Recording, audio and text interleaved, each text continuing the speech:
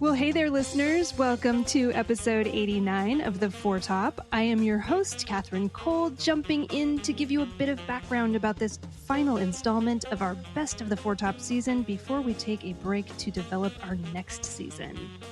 As I record this, I have not yet received my COVID vaccine, but more and more people I know have, and the end of the pandemic shutdown is in sight, which means that we're starting to return to dinner parties and cocktail gatherings and trying to remember how to break the ice and engage in coherent conversations.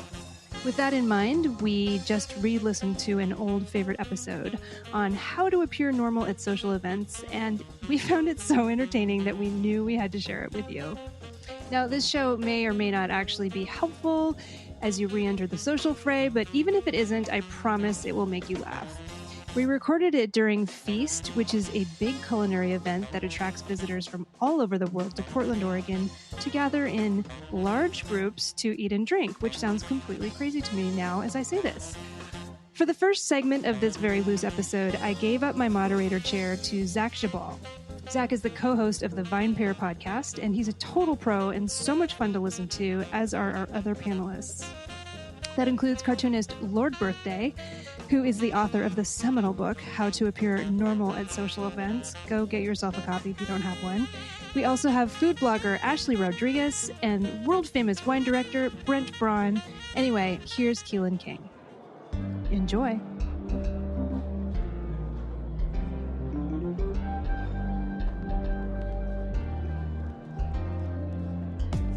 Hello, I'm editor Keelan King, and welcome to The Foretop, a roundtable discussion featuring leaders and innovators of the food and beverage industry on today's hot button topics, with host Catherine Cole. And now, here's Catherine Cole. It is Feast weekend, in which all of Portland turns into one big food and beverage party featuring tastings, seminars, dinners, and late-night drink fests, all sponsored by Bon Appetit magazine. We managed to convince a couple of visiting luminaries, or tastemakers as they're called on the Feast website, to sit down with us to record an episode here at Omens, a chic natural wine bar here in Portland. And since we discussed natural wine bars on episode 50, you all know what I'm talking about. Now, events like Feast are great because they bring people together. So the theme for today's show is human relationships vis-a-vis food and drink. We will start out by asking a couple of our guests what it feels like to become a food celebrity. Then we will talk about how to nourish your relationship using food and drink, and we'll move on to a primer on cocktail and dinner conversations. Here at Omens, I am joined by Ashley Rodriguez, food blogger at notwithoutsalt.com and author of the books Date Night In, More Than 120 Recipes to Nourish Your Relationship, and the brand new book Let's Stay In, More Than 120 Recipes to Nourish the People You Love. Welcome, Ashley. Thank you. And Chad Murphy, an assistant professor of management at Oregon State University College of Business, who lives a secret double life as the cartoonist Lord Birthday. His book is How to Appear Normal at Social Events. Thanks for being here, Chad. Thanks for having me. And I'm so excited to have Zach Geballe here. Zach is the host of the Vine Pair podcast, which I just got to sit in on, and he's also a wine educator, drinks columnist, and sommelier at Seattle's Dahlia Lounge. Hi, Zach. Hi, Catherine. And we also have a special surprise guest, celebrity sommelier Brent Braun, and he is the partner and wine director at Omens and Castagna. And he will be hopping on the mic in just a second here. Now for our first course, Pinch Me, I'm a Celebrity. It is Feast Week, so we thought it would be fun to discuss that moment in one's career when one's hobby or passion goes from something personal to something very public. Chad Murphy's private doodlings made him a cult star. You should all check out his Instagram, Lord Birthday. Ashley Rodriguez is a food blogger with more than 100,000 Instagram followers. And we're joined by this segment, as I said, by Brent Braun, who's the wine director for Omens and Castagna. At the tender age of 30, he's just a baby, Brent was named one of Food and Wine magazine's Sommelier of the Year. Zach, I am thinking that maybe since you're the sommelier here, you might have some better questions for Brent than I do about how it feels for a sommelier who was working the floor and now is suddenly a national celeb. So I'm gonna hand the mic over to you for this segment. Thank you so much, Catherine. And Brent, thank you so much for joining us. And I definitely can't talk about what it's like to be a celebrity because I'm definitely not one. But I would love to hear, Brent, if you don't mind, sort of how you came to this station, I suppose, and what it was like to be doing what is, sometimes not the most glamorous job and suddenly be doing glamour shoots. It's always unexpected and surprising. I mean, I remember me and Catherine were talking about this earlier. She was the first person who actually wrote anything about what I was doing, and I think I was 25 at the time, and I got a call from her about contributing to, it was a mix magazine for the Oregonian at the time, about a Thanksgiving issue, and they were going to take a picture of me and have me write things for them. And at the time, it seemed like the biggest deal in the world that someone would take my face and put it in a magazine. And those things never kind of stopped happening. I think there's a kind of youthfulness that I permanently have in the way I approach wine. And I think with how the wine world's changing, that approach has just really resonated with people and with people my age, really young wine drinkers. But Portland's so small that on a day-to-day basis, you really just feel like a person in a little tiny 50-seat restaurant running around drinking a lot of really interesting small production wines. So people aren't asking you to sign their bottles when they come in here or whatever? Excuse me, Brent, will you sign my bottle of wine? I will, Thank yes. you. Yes, I definitely. appreciate that. But you have to drink the whole bottle in one go. A problem. In one go. You can't stop. I'll give you a straw to help after with the podcast, but I'm in. It's like Edward 750 hands or something? It's basically like that. We usually do Edward Liter hands, but same idea, yeah. Gotcha. And Chad, I'm really curious too. Going as Catherine alluded to, this sort of double life, which is I think even more interesting in some ways than having your job, your primary job, make you somewhat famous. Was there a moment in the sort of Lord birthday chronology where you kind of stepped back and said, "Holy cow, what is happening?" Yeah, I mean, it's a good question. I think I felt that continually throughout the process. It's a Yeah, I mean, first I should say I feel a little out of place. I'm not a food celebrity. I think I made a comic about wine once, but I actually grew up Mormon, so I know literally nothing about wine. So I think that was partly why that comic worked, because it was it was totally inaccurate. But yeah, I think the entire time there was a feeling of how is this kind of internal thing that to me seemed interesting. How is this connecting to other people? And I think that was, the big takeaway the whole time for me, is that, whatever that weird sort of unusual hobby or thing that is with, inside you, if you can embrace that, to the extent you can, I think people really resonate, because they feel that in themselves and really like seeing people pursue those things, so. And Ashley, I'm curious too, your writing is personal and deals with this sort of deeply personal issue, and I would love to hear more about sort of this idea of taking this idea of feeding someone or some people that you love and using that as a way to express your love for them. How does it feel to have that be something that you now share with, as Catherine mentioned, 100,000 people or more? I can't.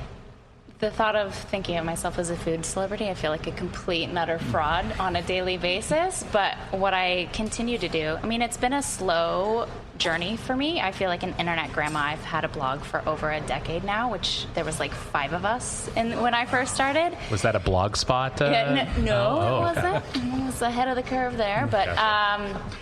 no, I think, the path has just been one foot in front of the other and following my passion and putting that out there, because I think as a creative, as an artist, the circle of creativity is not complete until you put it out there. And so that was the natural process for me. And the fact that there are 100,000 people, it's amazing, because it's beyond, because it allows me to continue to do what I love to do and sharing food with other people. But I don't think it registers in my head on a daily basis. Yeah, I can see that being something you have to put out of your head, because otherwise, maybe it's harder to be true to the people who are close to you about in that way. And also, I'm a mom of 3 children, and as my mom always told me, having children makes you humble, and I never understood it until you have your own children. And so they are a wonderful just leveler of I have all these incredible experiences, and I go home and I'm real life. I'm a mom, and I cook dinner for them, and that's what I do. So I have a 3-month-old, and so far being a parent has only made me tired. But yes, I'm looking forward to humble. Yeah. I'm looking forward to not being tired. My oldest is 12, so You mean I got at least 12 years to go? Goodness. Chad, I'm curious too. You mentioned sort of not having this sort of common background with maybe the rest of us in this industry, but how do you, as an outsider and viewing sort of food and beverage and having the coming here to feast and being sort of a part of the festivities, what do you hear food or beverage celebrity, like what do you even think of? What do you kind of think all of us are kind of full of nonsense? We are all full of that's the correct tell answer. us that. No, I mean I'm a big fan of food. I'm a big supporter of all things related to food. I think food celebrity. I'm not well initiated into the term or the culture, but I do think food is one of those sort of connecting things that I think in comedy and humor too. There's no coincidence that a lot of comedians use food as part of their act. I mean, I've found a lot of I think kind of advantages to integrating food into the things that I make. It's kind of an immediate, relatable topic. So, and some food is just funnier than others. So what are the funniest foods? Yeah, the funniest. There's some. So hot dogs are always funny. Creams are funny. Meats of all kinds. Cheese is pretty funny. It depends on the cheese. Do you have a rating? Do you have like a list? I would love to see this charted. What's the least funny food? The least funny food. Broccoli? I mean, broccoli. There's something about visually the word itself too that is often funny. So I think beans are funny. Cream is funny. What else? I mean, corn is somewhere in there too. But apples are pretty unfunny. Apples are not especially humorous. I feel like rice is also not very funny. Right. Which is funny because rice and beans make so much sense together, and they're these polar opposites in the humor world, apparently. Yeah. Well, rice is the straight man, Yeah. Beans is the funny one. Rice is the straight man. Beans are always stealing Rice's thunder. That's right. Stew is always funny too. I mean, there's something about a stew that. Is always. But you would, I think you'd say soup is not so funny. Soup is pretty funny. I mean, soup jokes. Yeah, soup is actually it's a great word. It looks great on the page, or I mean, the experience of eating it is not super funny, but saying it is good. Yeah, unless you do something very wrong. Yes. Right, with no spoon, you actually just put your face into the bowl and slurp. That's the proper way to eat soup. Right. I've never thought about this, but Brent, what's the funniest wine grape? The funniest wine grape? Well, I mean, some, like Pinot Noir, it's definitely unfunny. It's very, very unfunny. So serious. Yeah, why is Noir. it so serious? I think like Zinfandel is pretty funny. Zinfandel's pretty funny. Gamay Noir is it's a funny grape. It's maybe more fun than funny, but grapes are fun. Yeah. Grapes are fun. It is a funny word too. It's a good one. Grape. Man, I've never thought of food in this way. This is a whole new avenue. I love it. I think I sort of discovered along the way that certain words, and especially foods, have this kind of energy around them. I can't stop saying the word soup. Soup, in my head. right? Soup. Yeah. This is like turning into a Seinfeld bit, I feel like. Which is maybe not the worst thing in the world, but yes. What's the deal with soup? What's going on with soup? S-O-O-P, soup? Brent, one last one for you real quick. So, this idea again of coming back to celebrity and trying to marry that with your job on the floor. Do you ever find yourself kind of like stuck at a table where they're like, oh, you're Brent, right? Like we want to talk to you, and you're like, I got 3 tables to deal with. It's funny because, not thinking of myself as a celebrity at all, just thinking of myself as a person who likes wine and spends a lot of time working with it, studying it, interacting with it. I definitely get stuck at tables with people who want to talk about all the questions they've ever had because they see me as a kind of walking possible encyclopedia that they can just ask anything and get much quicker answers than sussing through Wikipedia. And a lot of times it's younger people, so I enjoy that interaction because I'd rather them get information from me, I guess, than get misinformation from wherever else. Not that I'm like some perfect source of information, but it's like this wide-eyed look about like, oh my God, teach me how I can drink better things or how I can taste this thing. And I think those interactions are really, really satisfying for me. It's a lot less satisfying if it's maybe someone older who already has their preconceived notions about wine and they're looking to kind of challenge or test. Like that interaction is zero fun, and I usually try to do everything I can to get out of those as quickly as possible. So, Brent, I'm wondering, someone who didn't grow up drinking wine, how can I enjoy it a little bit? Because right now it tastes kind of like rubber gloves to me. Is there a secret? What am I doing wrong?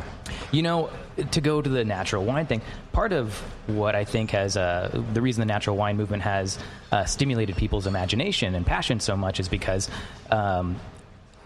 there's such a unique array of flavor profiles compared to some of the more typical flavor profiles you find in commercially made wine. So, come by the bar here and we'll pour you a bunch of really wacky things that are really delicious, really wild, really unique, and I promise you'll taste things that you've never tasted before, and it'll click and you'll get it. We're pouring a wine right now from a producer called Cutter. It's a guy named Michael Garfolo. He's a Sawmantown, and he's working with Dolcetto grapes from the Columbia Gorge that got smoke taint during the wildfires last year. Oh, smoke taint. There was smoke taint in the grape skins, and you can taste it in the wine, and it's one of the most transparent things for people when they can be like, wow, I taste the smoke. Yeah. I saw the fires. Like, this is how winemaking works. It's cool. That's incredible. So, I have it open right now. Can that be the bottle that I drink the whole thing? It is, yes, okay, definitely. Perfect. Yeah, I got one open right now, too, Perfect. so you only have to drink half of it to get the signature. So, Never not funny. I have a problem, which is I'm worried I'm not going to be able to host this next segment as well as Zach hosted the first segment. But I'm going to do my best. I'm back, and we're on to our second course, how to nourish your relationship with food and drink. So, if you're looking to pick somebody up, you go to a bar, and if you're dating, you go out to dinner in a restaurant, but then what do? Ashley Rodriguez, you are the author of Date Night In and Let's Stay In, and the concept for your books came from the weekly date night at home that you and your husband have. So I'm curious, what sort of a meal should you cook up, or should one cook up to nourish their relationship? So this concept sort of was born out of what I consider necessity. I mean, when my husband and I were dating and when we were newly married, every Friday night we would go out and we would try a new restaurant, and I kept a journal of all these places that we were going and all the new and exciting foods that we were having. And then children, which they're adorable, but it just made it that much more difficult for us to get out. And so I started to have this thought of, when they're grown and out of the house, we can date again. I was like, no, that's not okay, And so we took this concept, and one night a week we started dating at home. And I think the food in Date Night In is special food. It's date night food. Let's Stay In is more about sharing food with family and friends and those sorts of things. But to have a special date night at home, I think the best advice that I could give is to cook the food that you want to eat. To cook the food that is exciting, that makes you want to be in the kitchen cooking, because no one wants to eat the food of resentment. Am I right? No one wants to eat this meal that you're like, there's so much pressure on it because you spent so many hours that you didn't enjoy the process. And so I think that's the best thing. Like, eat the food that excites you, because that love for it and that passion for it is going to fuel the conversation, the meal, and your date will feel that, and I think that's what sort of creates that special feeling in the evening. So do you have like a go-to date night dish? I mean, I know you can cook anything in the world, but is there one dish that just makes you both smile? Melted cheese. Yes, I was just going to say. Wow. Right? Yeah. I mean, it is so... I have this recipe in Date Night In that is... it's raclette. Can you even call that a recipe? I don't know. It's just basically you stick a chunk of this beautiful Swedish cheese in the oven, and it melts in puddles and pools, and then you dip roasted potatoes and slices of ham and apples into it and cut it with a nice bright vinegary salad and some homemade bread or store-bought, whatever you prefer. And what's better than that? That really is a And a glass meal. of wine. I mean, right, Zach? 2 at least, but sure. Yeah. Now, Zach, what kind of wine do you open when you have a date night at home? Oh, that's with your 3-month-old baby.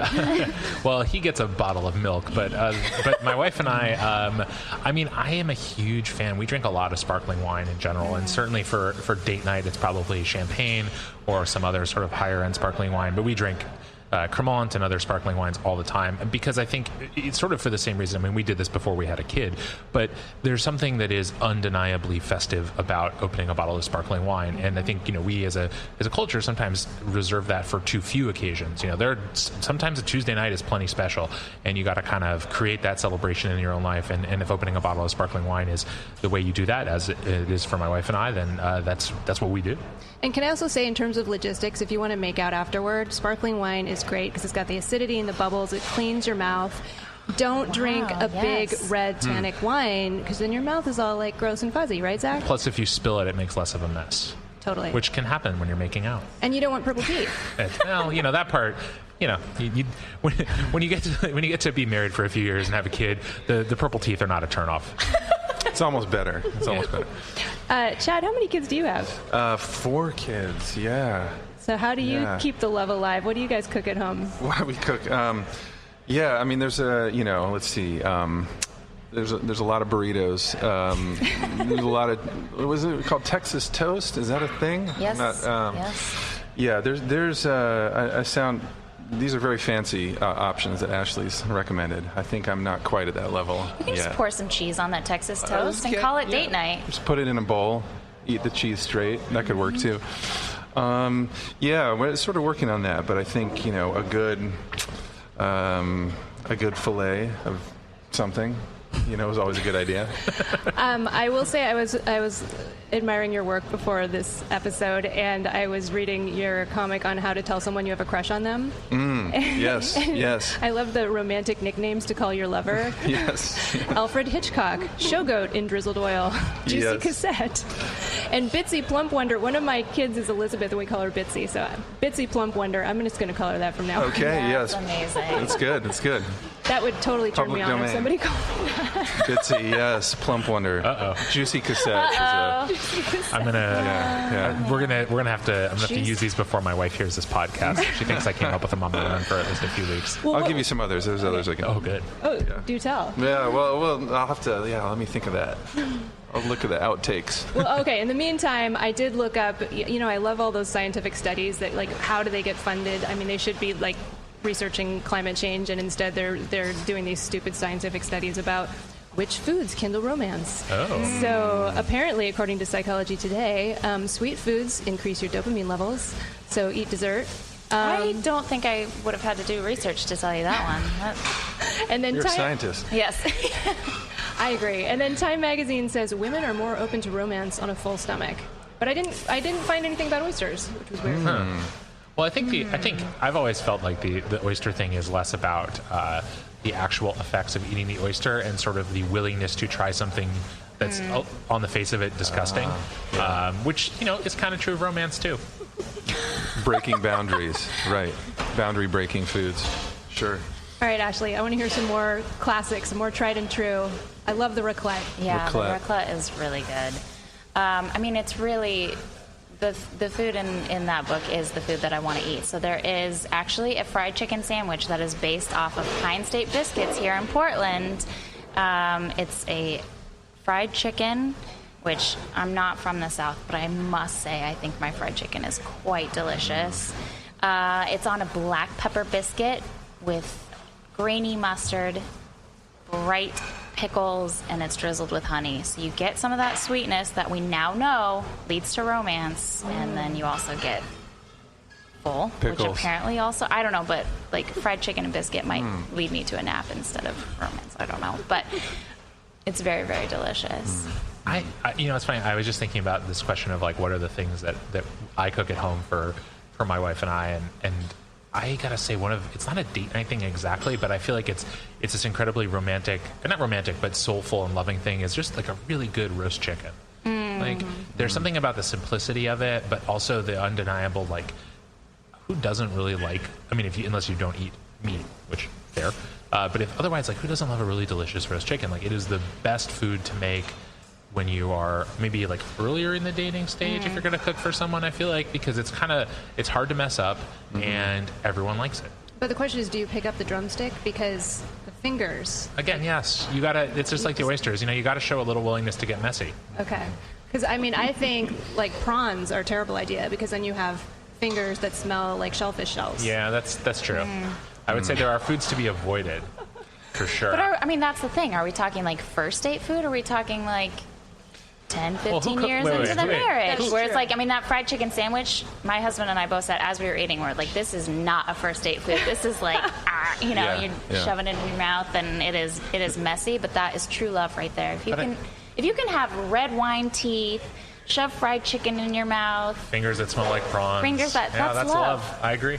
It's the real thing. There's got to be a stages thing, like a food per stage of the relationship, Yes. too. Like there's the chicken stage, which we've established, roasted chicken stage, and then the purple teeth stage.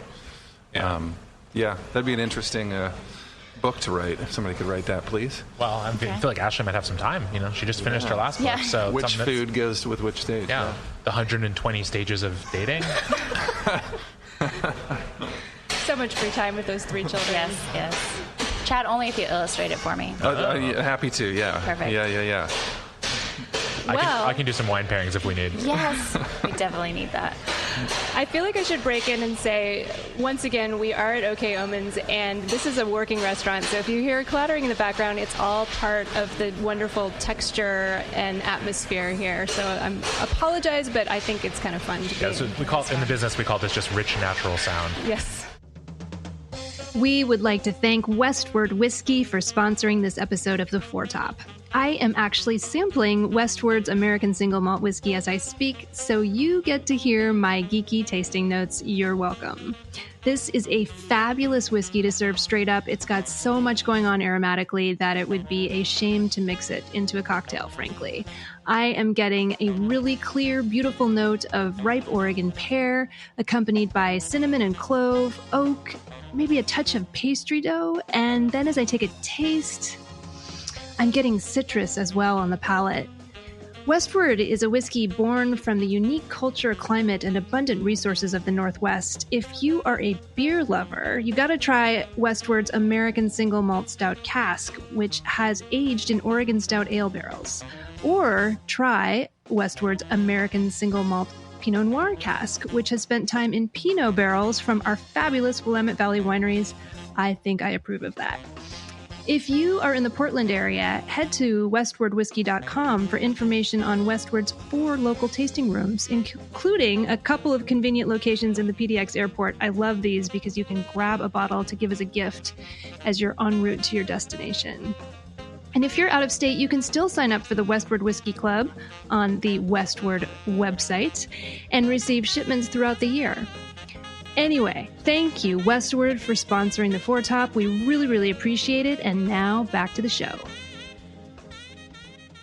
Let's talk about cocktail parties. Moving on to our third course, how to make conversation at a dinner party or cocktail party. We've all been there, that awkward business dinner or that wedding table at which you're seated with 5 strangers. Lord Birthday, help me out here. Can you share some of your best zingers for getting a conversation started in awkward social settings that revolve around food and drink? I will say first, I copied and pasted this question from the email into my notes, but it auto-corrected zingers to singers. So I've got a long list of my favorite singers if you want to. It's actually just 3. I mean, it's Celine Dion, William Shatner, Tony Robbins, just all the legends. Wait, Tony Robbins is a singer? Probably not, but if he sings, he's probably amazing at it. So I'll put him in there. I think, in getting a conversation started, so I think you want to just avoid, the bad and scary topics like, goblins, ghouls. You don't want to talk about that. None of that garbage. You usually just want to talk about nice things, right? So like life, love, murder movies on Netflix. Which they're great because there's always a murder and there's always somebody that solves it, and they're not making enough of those these days, so I'm always happy to see those on Netflix. That's usually what I do. Just focus on the good things. You don't want to say the bad, scary things. Avoid scary things. All right.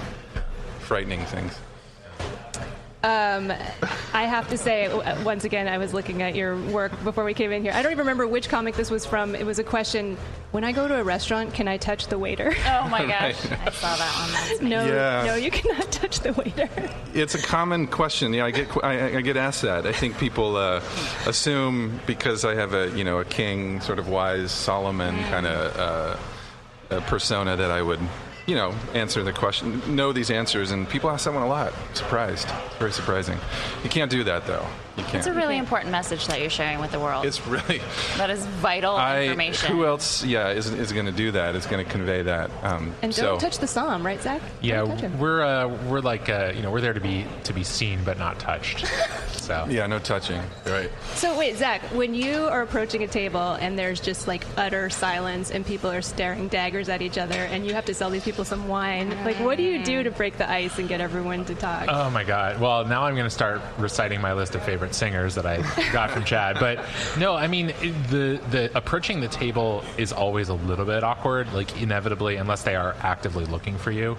But yeah, when something is going wrong at the table, my goal is to get in and get out as quickly as I can, because in the end I can't really fix, no matter how great my suggestion of wine to go with their meal, it's probably not going to fix whatever is wrong more globally in their life.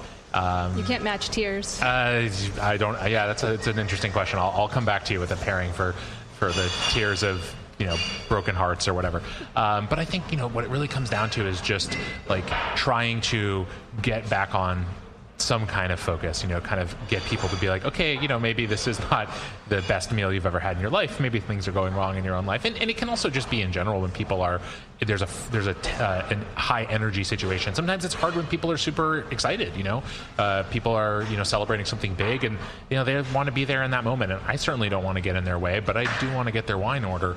And so, it's really about just trying to wait for a natural break in the conversation if there is one, or, very gently inserting myself and trying to sort of just like, hey, I'm here. Let me know if you need something. If not, I'll step away. I'm always excited to see the sommelier at my table. Well, I feel like you have the power to like turn that negative conversation or that negative moment into something positive. I mean, a good glass of wine can really fix it. And if they're celebrating, you're just making it all the more better. Yeah. You're the superhero of the restaurant. Like a magician. You are a magician. I should start wearing one of those pointy hats, I feel like. And a cape. Well, capes are dangerous in restaurants. It's just like being a superhero. You don't want to wear a cape. Wait, so Zach, when you go to a cocktail party off the job, do you feel like you have better skills because you're so used to walking up to tables and breaking into the conversation? It is an undeniable fact that my wife sometimes appreciates and sometimes laments that, like, when we go to events or parties, people inevitably just want to talk to me. Some of it is because what I do for a living is interesting to most people, but some of it is also just you learn when you talk to people for a living in that setting that you have to be able to find a point of connection. And so often I end up talking about wine, which is fine. Sometimes I end up opening wine, whether or not it's my house or my party. And that happens to me too. Yeah, and it's like, yeah, it's always kind of like, oh wait, your glass is empty. Let's get some wine. Like here, have this. Like, it makes me uncomfortable to see people with empty glasses, even when I'm not getting paid. No wonder why you're so popular at parties. Well, you gotta know. It's like, just like I'm sure for you, Ashley. If you're the one walking out there with a beautiful tray of appetizers or something, like, people are going to be happy to see you, and I'm generally got a bottle in hand, or two or three, and that generally makes people happy too. Yeah. So, Ashley, I fall into the trap where I go to events and I just end up talking about my kids with other, how are your kids? Oh, how are your kids? And it's like, we're interesting too. How do we get out of that rut of just always talking about our kids, or is it impossible? Oh, man. This conversation about awkward conversations is making me feel awkward, because I'm a self-proclaimed carnivore at parties. I find the corner and I will just stay there, and I love to observe, but it is a skill that I would love to get better about, just finding that point of connection. I love that you said that, Zach, because that is something that I think is so incredibly valuable, and it is an incredible skill, and I'd love to get better about that. I don't know. I think most of the cocktail parties and the events and stuff where these conversations are happening are surrounded by food, so I don't end up talking about my children too much unless it is otherwise brought up, because in that moment I'm just so much more excited to talk about food and drinks. I love you, children. But, that is maybe the understood knowledge that if we're at this food event, we all love food and wine, or so then it's like we have that common ground and we can talk about. And I always love hearing about what was the latest meal that you loved or felt super inspired by, or let's hear about that. Oh, that's a good question to just throw out when there's the awkward silence. I don't know what this says about me, but I like to ask people about their worst recent dining experience. I feel like they're more fun. Not that it's not great to hear about someone has a really nice meal, but everyone's like, I had a great meal story is kind of the same, and like you can be like, oh, what's that restaurant that you had a nice time at? But I love to hear it when something goes wrong, in part because sort of the masochist in me is like, oh man, like I can imagine what it would have been like to be either having that experience or serving this person or being involved in that, and also because it's for me as a service professional, is a tremendous learning experience, because it's always amazing to me what the things people pick up on and what they dislike in their dining experience that sometimes I'm baffled by, and I want to tell them, like, that seems like a really strange thing to be nitpicky about, but hey, if it bothered you, then I should probably be aware of it. Those are both great questions, because I could definitely rattle off my favorite and least favorite meal lately. And you're right. Yeah, sometimes it's the soundtrack. It's like, God, I love that restaurant, but the soundtrack was terrible. It's just like one little thing. I had a server recently, and I won't say where it was, but I did have a meal recently where the server smelled like aggressively of cologne, and it was just like, I haven't had that experience in a restaurant in forever, and it was so weird because it's such a faux pas. I mean, it's really like a thing that you should not ever do in this industry, and I couldn't believe that this person was allowed to like wait tables, because I could smell him even when he wasn't at the table, which was unfortunate. Oh, wow. Sorry about that. That was me. I knew you looked familiar. I don't Chad. even work at your restaurant. I just was passing through. I'm sorry about that. Chad, did I read that you come from a pretty conservative, traditional Mormon family? So what is it like when you go back home for family events trying to like make conversation, and they're like, we've noticed you have this really absurd thing you do on the side that's sometimes a little graphic and whatnot. Sure. How do you smooth over those conversations? Yeah, some of those you just have to eject from, because they're, but no, I mean, I should say, that's true. Yeah, I did grow up, very Mormon. Most of my family is still Mormon. But this is also, I think humor is genetic too. So it's, they understand on, I think on a pretty deep level, some of the humor and, where it's coming from. But, yeah, I mean, I think there are those some of those moments, and I don't think there's a very easy answer. You just have to try to just talk about YouTube videos or something else. Tony Robbins singing. Tony Robbins, yeah, we can always bond over Tony Robbins, his fake singing career.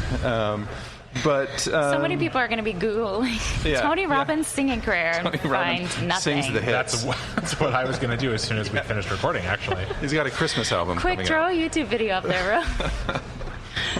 Well, you're also a professor of economics, correct? Yeah, I'm in the business school, yeah. Do you get economic advice from Tony Robbins' talk? Maybe. Yeah, that's where this is coming from. I've been reading all of his work lately. I'm really impressed. No, I mean, it is weirdly, I think, an inspiration for, Lord Birthday. The persona is kind of a sort of self-important, professed expert who's, dispensing life advice, which is wrong, and it doesn't work, but sometimes there's something that's kind of helpful. So I do actually maybe that's where that's coming from. That has nothing to do with our topic, but yeah, I like some of those kind of guru figures, Anyway. I wonder, do your students, how many of your students are aware of Lord Birthday, and do they do they want you to draw them comics on their assignments or on their exams? Yeah. Actually, so I'd been anonymous for a long time, and it's just in the past year that students have started to know. So I do talk about it, and I notice they all follow me right after the first class, and it is a little bit strange because I have to. Sometimes they'll message me on Instagram, about, assignments or oh no. Yeah, or they'll be I'll post something and they're like, "Hey, professor, that one was pretty good." And I'm like, I got to keep some separation here. You're not kind of messaging me on, that's not going to work. Weren't you outed on NPR?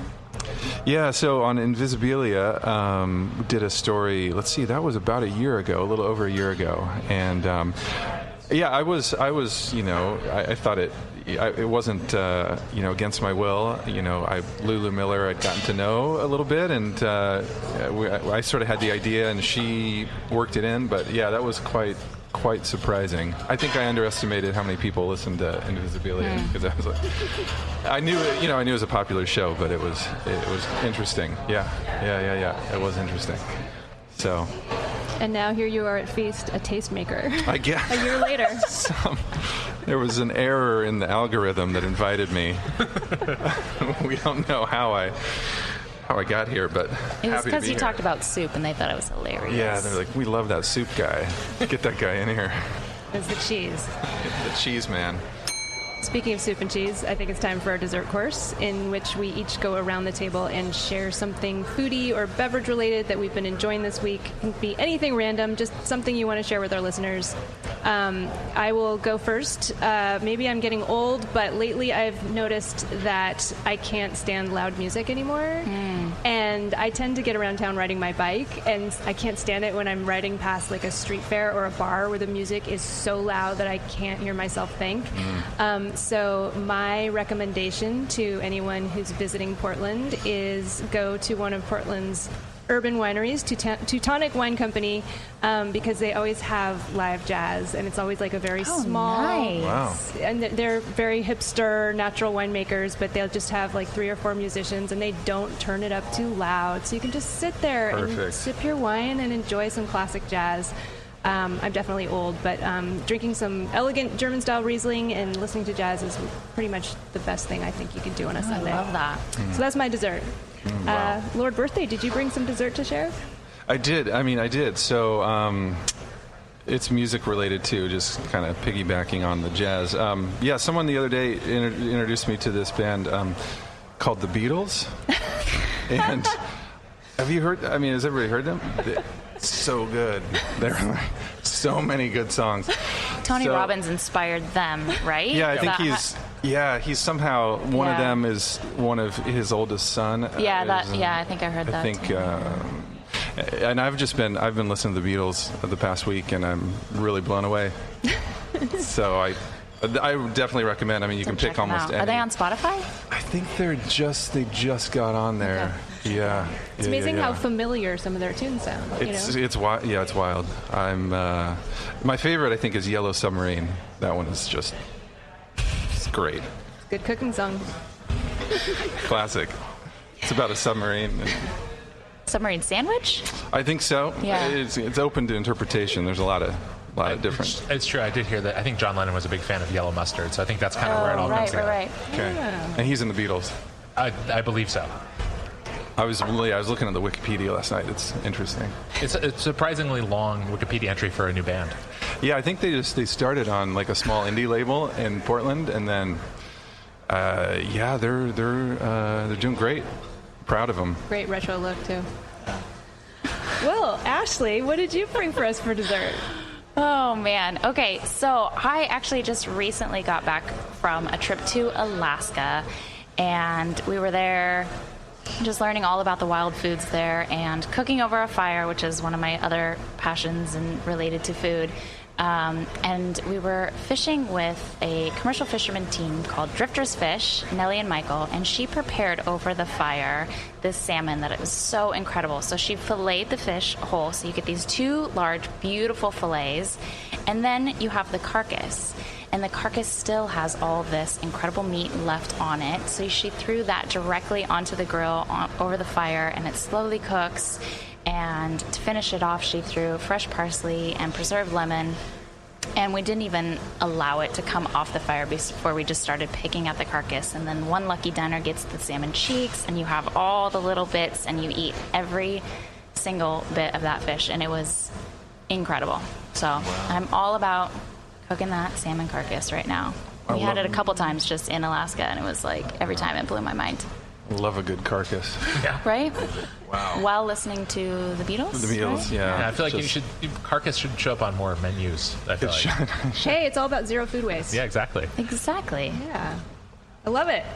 Zach, what did you bring for us? So this is a time of year when I think like the weather is just starting to change into that kind of beginnings of crisp fall. And it's a time of year when I love to start drinking red wine. I'm a white wine drinker first and foremost, but it's something about this season makes me really get into reds. And the varietal and the wine that I've been into lately is a varietal that I can't figure out why it's not become a little more popular. And it's an Austrian varietal, first and foremost, Blaufränkisch or Lemberger, as it's sometimes known. And it's weird because like a lot of other similar grapes have become really, really popular, even in sommelier circles. Things like Norella Mascalese or Zina Mavro, these sort of lighter colored but sort of tannic and acidic, savory reds. But Blaufränkisch can't get any love. And I love it because it's got this cool, interesting history in Washington, where I live, and there's some producers up there who still grow it for reasons that probably have more to do with madness than commercial viability. And you can certainly find some really interesting examples from Austria. But it's this beautiful kind of fall, crisp, tart, but smoky and spicy and savory red, and they're super affordable and just delicious. And it's the kind of wine that I really want to drink this time of year. And probably by the time we hit winter, I'll be past it. But for now, it's what I want. Yeah, it's delicious. Sometimes I wonder, some of these wines that have longer Germanic names, maybe people are just afraid to try to say them. Yeah, it's not hard. Blaufränkisch is not challenging, but yes, it looks weird on a page. There's like an extra K in there that no one can figure out, and but give it a try. You don't have to pronounce it. You can make the sommelier say it. You can just point at the list. You can have Brent Braun say it. Speaking of, I would like to thank our wonderful panelists today, and I will start with Brent Braun, who is now busy doing his job as the wine director for Castagna and partner and wine director here at OK Omens, an amazing natural wine bar here in Portland. He was also the Food and Wine Magazine Sommelier of the Year. So thanks, Brent. I know you're busy, so... and Zach Geballe, host of the Vine Pair podcast, as well as a wine educator, drinks columnist, and sommelier at Seattle's Dahlia Lounge. Thanks for being here. Oh, my pleasure. And I'm trying to go in the order of where everyone's sitting. Ashley Rodriguez, food blogger at notwithoutsalt.com and the author of the books Date Night In, more than 120 recipes to nourish your relationship, and the brand new Let's Stay In, more than 120 recipes to nourish the people you love. Thanks for being here. Thank you so much. This is so fun. And Chad Murphy, an assistant professor of management at Oregon State University College of Business, who once again, people, lives a secret double life as Lord Birthday. His book is called How to Appear Normal at Social Events. Thanks for having me. What a fun show. Thanks for being here, you guys. Today's episode was recorded in the high-fiber, protein-packed city of Portland, Oregon, but not in the studios of OPB. Today we were at the natural wine bar OK Omens.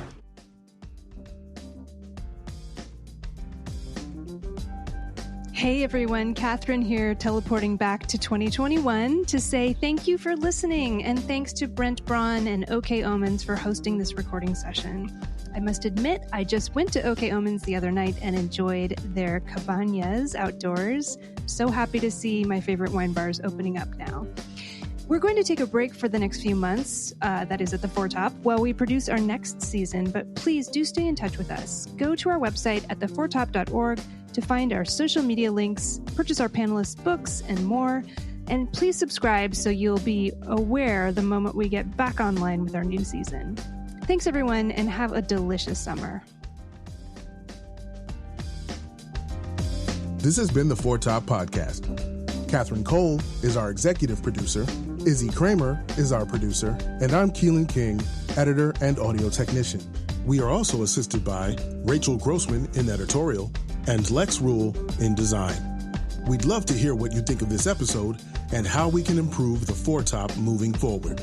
So please visit our website, theforetop.org, to learn more about us, listen to back episodes, reach out to us on social media, and purchase books written by our amazing panelists. And if you have not already subscribed to The Foretop on iTunes, NPR One, or Spotify, please do so and leave us a rating. Stay safe out there, and thanks for listening.